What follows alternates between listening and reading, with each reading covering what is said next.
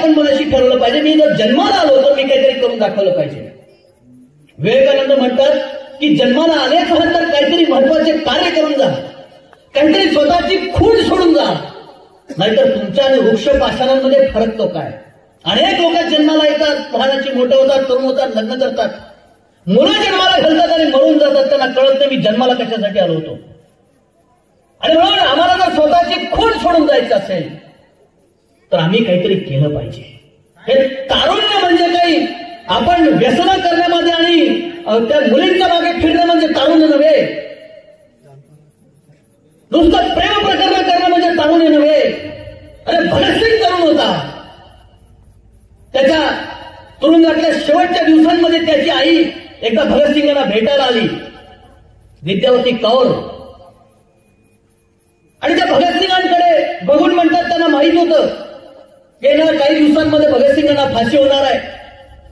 आणि भगतसिंगांकडे बघून ते म्हणतात की भगत, तू एवढ्या लहान वयामध्ये आम्हाला सोडून चाललाय, तुझ्या आईला सोडून चाललाय, जाऊ नको, आम्हाला सोडून जाऊ नकोस, आम्हाला गरज आहे तुमची. त्याला उत्तर भगतसिंग असं देतो. भगतसिंग असं म्हणतो, अरे 23 वर्षाचा मुलगा आहे, तर ज्या वयात तुम्ही आहात, ज्या वयात मी येऊन गेलो, ज्या वयात आपण अनेक लोक इथे आहात. भगतसिंग आपल्या आईला काय म्हणतो माहितीये, बेबेजी माझ्या मनात सुद्धा जगण्याची तीव्र इच्छा आहे, मात्र मी आता एकाच सटीवरती जिवंत राहू शकतो. मी फक्त आणि फक्त स्वतंत्र म्हणून जीवन जगू शकतो, मी कोणाचा गुलाम म्हणून जीवन जगू शकत नाही. आणि मी ह्या देशामध्ये असा एक तेजोमय दीप लावून चाललेला आहे, ज्याच्यात तेल आहे ना तूप आहे. जो दीप माझ्या बलिदानातून वाहणाऱ्या रक्तामधून तो अखंड काळ तेवत राहील.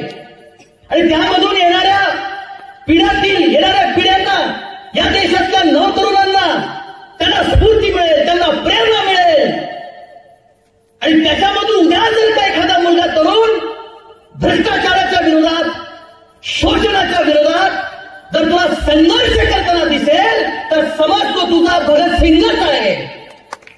हे मी जे सांगतो हे काल्पनिक नाही, हे भगतसिंगांनी त्याच्या आईला म्हटलेलं आहे.